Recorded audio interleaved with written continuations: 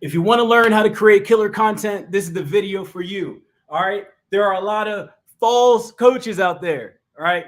And we're going to touch on that later. But you guys, the people who are very committed to your market, you love them, you want change, you want to see them grow, you want to see them excel, and you want to help them. But you got imposter syndrome stepping in every time you try to take another step because you see a lot of false coaches out there doing better than you're doing, and it makes you question yourself, and you got life struggles. So we're going to cut that out right now. And so stay tuned, share my content with people, especially veterans or coaches or whatever. Stay tuned, and we're going to get into this right now. So that being said, when you're creating content, you're obviously creating content to help. That's obvious, right? And so in order to create content to help, you got to understand what the problem is. The problem is that there's a source that's spreading lies to people, and that's making people sick. So if you look at scripture, it says lies are like wounds in the belly. You know, it literally makes you sick. It gives you anxiety, which is dis-ease. If you look into Bob Proctor, who talks about paradigms, which literally changed my life, he says that we have a sensation of dis-ease, and we don't even realize that we're experiencing that. So how can you as a coach empower your whole entire market? You find the source, you find the lies that are being spread, and you just change the lie while you're talking about it. So let's dive into it. Let's say that, let's look at the bodybuilding market, right? I'm trying to think of a lie that they used to believe that got the whole entire market all tripped up. Let's talk about the one where it's really cool to look huge, okay? If you look at the bodybuilding industry before sometime maybe around the 90s, 2000s, bodybuilders used to be really, really, really, really about physique. But then Arnold Schwarzenegger, and I actually got this concept by Sam Ovens. He's a great teacher. Y'all should check him out. But not the concept, but the story about bodybuilding. Arnold Schwarzenegger was like at the peak of that, right?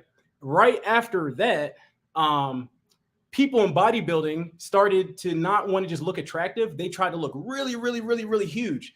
And so the people who are just into fitness now thought that like being huge is really attractive. And then women say, no, actually being a little bit thinner is attractive. And then everybody in the market wants to do different things.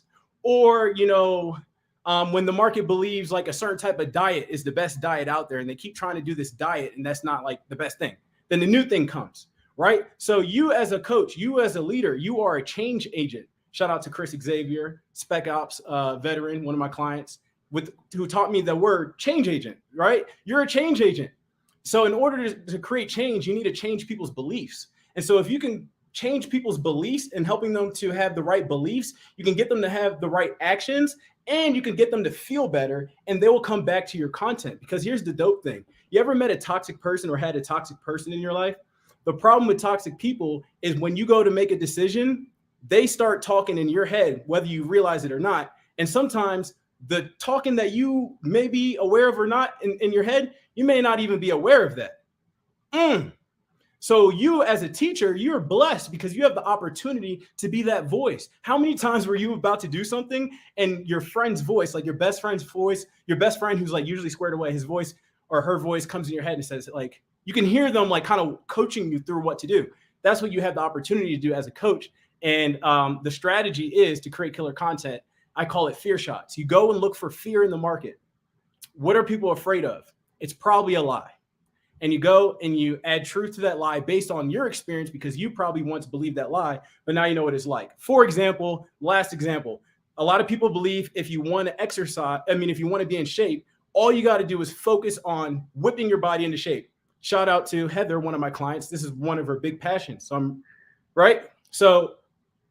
But if you read the book As a Man Thinketh, it says if you think pure thoughts, your body will lose weight. So think about that. So wouldn't it make more sense to focus on your thoughts?